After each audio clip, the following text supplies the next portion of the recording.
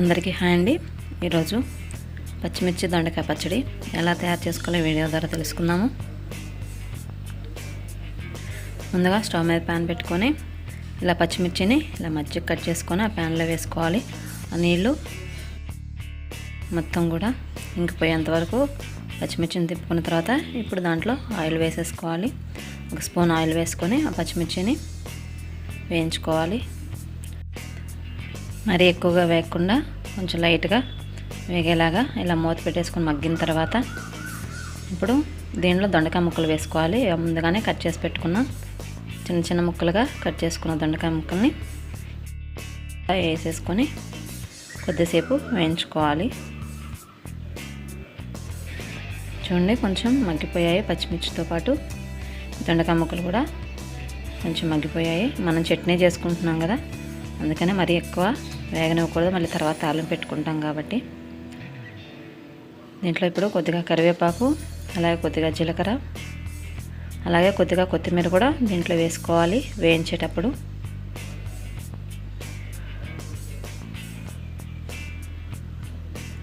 ఇవి కొంచెం వేగిన తర్వాత ఇప్పుడు మనం రోట్లో కానీ లేదంటే మిక్సీలో కానీ వేసేసుకొని నూరుకోవాలి. ఓకే, రెడీ అయిపోయింది. ఇప్పుడు ఈ మొత్తాన్ని మిక్సీ జార్లోకి వేసేసుకోవాలి.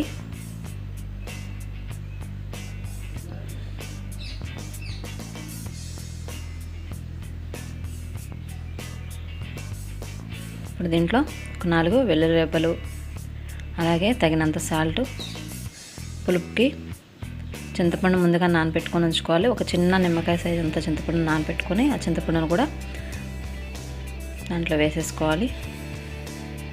ఇప్పుడు మొత్తం కలిపి ఇలా మిక్సీ పట్టుకొని మరీ మెత్తగా అవనివ్వకుండా రోట్లో నూరితే ఎలా ఉంటుందో ఆ విధంగా చట్నీని తయారు చేసుకోవాలి. ఇప్పుడు పోపు పెట్టేసుకుందాం.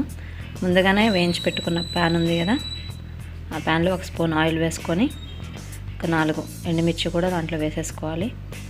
అలాగే పచ్చెనపప్పు, ఆవాలు, జీలకర్ర, సాయి మినపప్పు వేగిన తర్వాత కొద్దిగా పసుపు కూడా వేసేసుకోవాలి. అలాగే కరివేపాకు, కొత్తిమీర కూడా తాలింపులో వేసుకొని మొత్తం వేగనివ్వాలి. పోపు తయారైపోయి దీంట్లో కొద్దిగా ఇంగువ లేదంటే కొద్దిగా మెంతిపొడి కూడా వేసుకోవచ్చు. నేను కొంచెం మెంతిపొడి కూడా వేసేసుకున్నాను.